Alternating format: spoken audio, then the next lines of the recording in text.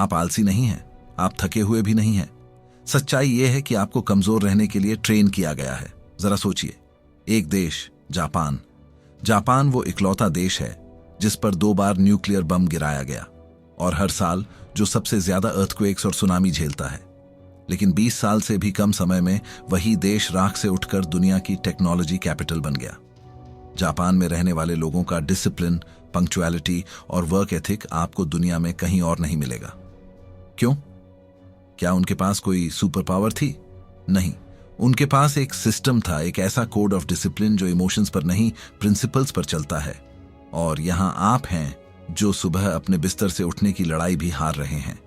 आप अपनी ही नजरों में गिर रहे हैं हर रोज। अगले कुछ मिनटों में मैं आपको जापान की वो 6 प्राचीन टेक्निक्स दूंगा जिन्होंने एक टूटे हुए देश को वर्ल्ड पावर बना दिया। और टेक्निक नंबर 4, गलती से भी स्किप मत करना। नमस्कार दोस्तों, मैं हूं सौरभ और स्वागत है आपका बुक ट्यूबर हिंदी पर। चलिए शुरू करते हैं टेक्निक नंबर 1 से, जो आपकी आंखों के सामने है लेकिन आप उसे देख नहीं पा रहे। अगर आपका कमरा बिखरा हुआ है तो आपका दिमाग भी बिखरा हुआ है।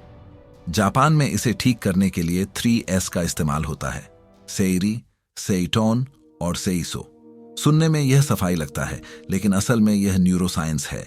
UCLA की एक रिसर्च बताती है कि बिखरा हुआ सामान आपके खून में कॉर्टिजोल, स्ट्रेस हार्मोन को बढ़ा देता है।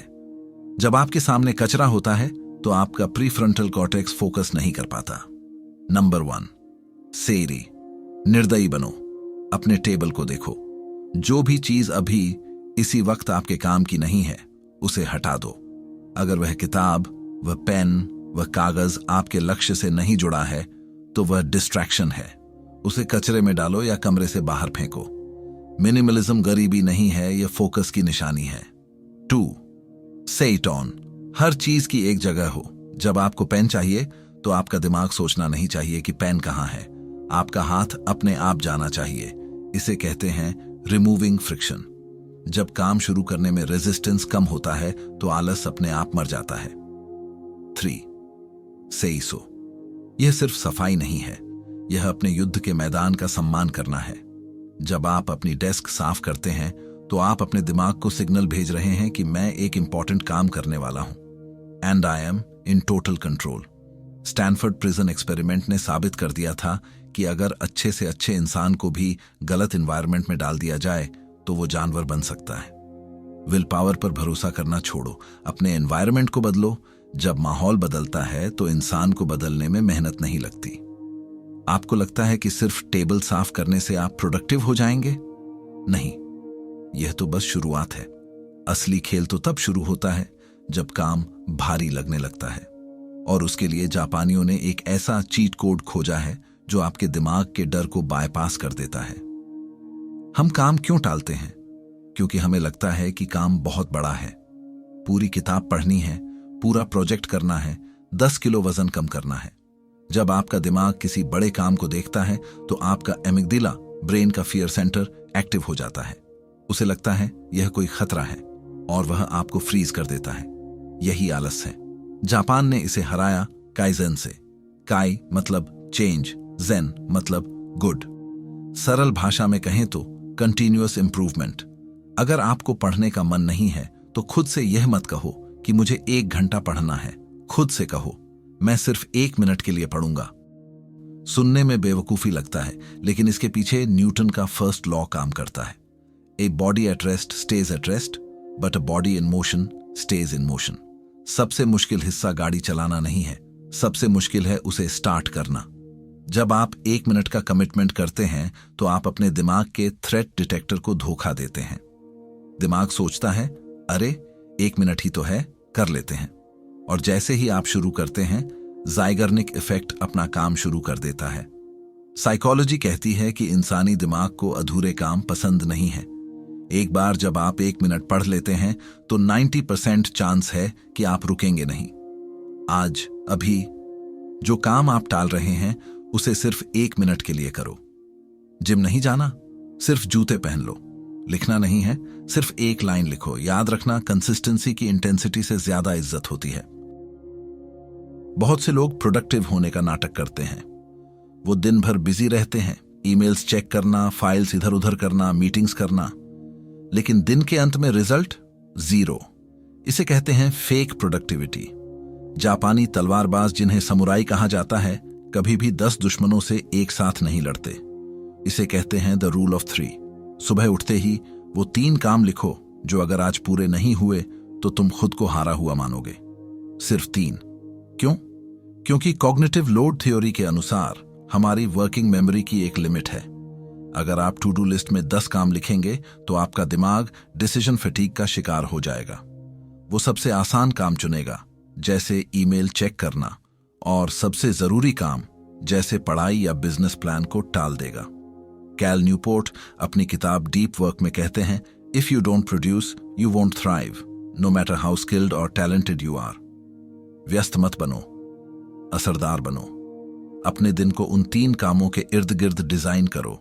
बाकी सब शोर है, उसे म्यूट कर दो। लेकिन क्या होगा अगर आपकी समस्या काम शुरू करना नहीं बल्कि पुरानी बुरी आदतें हैं? क्या होगा अगर आप फोन एडिक्शन के इतने गहरे जाल में हैं कि काइजेन जैसा छोटा कदम भी काम न करे? तब हमें शांति की नहीं, क्रांति की जरूरत होती है। काइजेन है धीरे धीरे सुधार, लेकिन कभी कभी धीरे चलना काफी नहीं होता। अगर किसी बिल्डिंग की नींव सड़ चुकी है तो आप उस पर पेंट नहीं करते, आप उसे गिराकर दोबारा बनाते हैं। अगर आप रोज 7 घंटे फोन पर बर्बाद कर रहे हैं तो 10 मिनट कम करूंगा काम नहीं करेगा। आपको उस पैटर्न को जड़ से उखाड़ना होगा। इसके लिए जापानी द 5 वाई तकनीक का इस्तेमाल करते हैं। हर समस्या की जड़ तक पहुंचने के लिए 5 बार क्यों पूछो। फॉर एग्जाम्पल, मैं पढ़ नहीं रहा हूं। क्यों? क्योंकि मुझे नींद आ रही है। क्यों? क्योंकि मैंने रात को देर तक फोन चलाया। क्यों? क्योंकि मुझे बिस्तर पर जाने के बाद एंग्जाइटी होती है। क्यों? क्योंकि मुझे अपने करियर की चिंता है। क्यों? क्योंकि मेरे पास कोई प्लान नहीं है। देखा आपने, रूट कॉज नींद नहीं, करियर का प्लान ना होना आपकी समस्या है। जब तक आप जड़ नहीं काटोगे, आलस का पौधा फिर उग जाएगा। कैकाकू कहता है, अपनी बुरी आदतों के प्रति निर्दयी बनो। अगर इंस्टाग्राम आपका समय खा रहा है तो ऐप डिलीट मत करो, अपना अकाउंट डीएक्टिवेट करो। इसे कहते हैं आइडेंटिटी सर्जरी। अपनी पुरानी पहचान की हत्या कर दो। आपकी गाड़ी फरारी हो सकती है, लेकिन अगर उसमें कचरा डालोगे तो वो नहीं चलेगी। ज्यादातर लोग आलसी नहीं हैं, वो बायोलॉजिकली पॉइजन्ड है। जापान के ओकिनावा में लोग दुनिया में सबसे ज्यादा जीते हैं। वह दुनिया की उन कुछ जगहों में से एक है जहां लोगों की औसत उम्र 100 साल से ऊपर ही होती है। उनका राज हरा हाचिबू। इसका मतलब है पेट 80% भरने पर खाना बंद कर दो। जब आप पेट भर के खाते हैं तो आपके शरीर की 70% ऊर्जा उस खाने को पचाने में लग जाती है। आपके दिमाग को ऑक्सीजन और ब्लड कम मिलता है। नतीजा, ब्रेन फॉग और नींद। साइंस इसे इंसुलिन स्पाइक कहती है।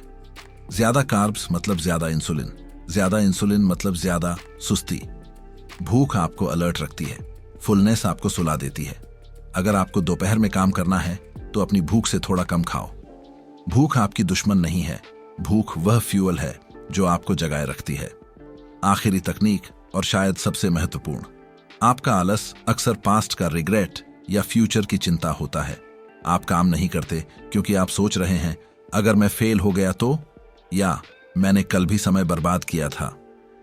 जापानी ज़ेन दर्शन कहता है, शोशिन, हर पल नया है। न्यूरोसाइंस में हमारे दिमाग का एक हिस्सा होता है जिसे DMN डिफॉल्ट मोड नेटवर्क कहते हैं।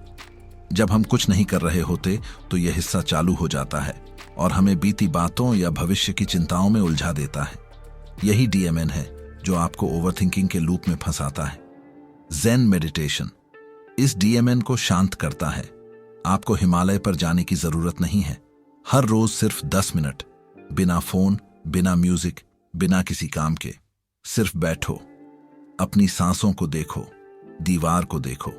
अपने विचारों को रोको मत, बस उन्हें देखो जैसे आसमान में बादल गुजरते हैं। जब आप प्रेजेंट मोमेंट में रहना सीखते हैं तो प्रोक्रेस्टिनेशन गायब हो जाता है, क्योंकि प्रोक्रेस्टिनेशन हमेशा बाद में होता है और ज़ेन में बाद कुछ नहीं है, सिर्फ अभी है। तो अब आपके पास 6 हथियार हैं। 1. अपने एनवायरनमेंट को साफ करो। 2. 1 मिनट के लिए शुरू करो। 3. सिर्फ 3 मुख्य लक्ष्यों पर फोकस करो। 4. अपनी आदतों की जड़ को बदलो। 5. ऊर्जा बचाने के लिए कम खाओ। 6. प्रेजेंट में जियो। दोस्तों, वीडियो देखना काम नहीं है। वीडियो देखकर नॉलेज का नशा करना आसान है, उसे एक्शन में बदलना मुश्किल। ज्यादातर लोग इस वीडियो को बंद करेंगे और वापस उसी आलस की दलदल में सो जाएंगे। अगर आप अभी तक सुन रहे हैं तो कमेंट बॉक्स में जाओ और लिखो, I choose discipline over excuses. यह कमेंट मेरे लिए नहीं है, ये आपके सबकॉन्शियस माइंड के लिए एक सिग्नल है। ये एक शपथ है कि आप बदल चुके हैं। अगर इस वीडियो से आपको एक भी सच्चाई चुभी हो तो समझ लो यह वीडियो बेकार नहीं गया। और अगर आप सच में अंदर से स्ट्रांग बनना चाहते हो तो यह अगला वीडियो मिस मत करना। जानिए कैसे सिर्फ एक नियम 90% बीमारियां ठीक कर देगा। यह सिर्फ हेल्थ नहीं बदलेगा, वो आपकी एनर्जी, फोकस और डिसिप्लिन रिसेट कर देगा। मिलते हैं ऐसी ही एक और पावरफुल, प्रैक्टिकल और लाइफ चेंजिंग वीडियो के साथ। बहुत बहुत धन्यवाद।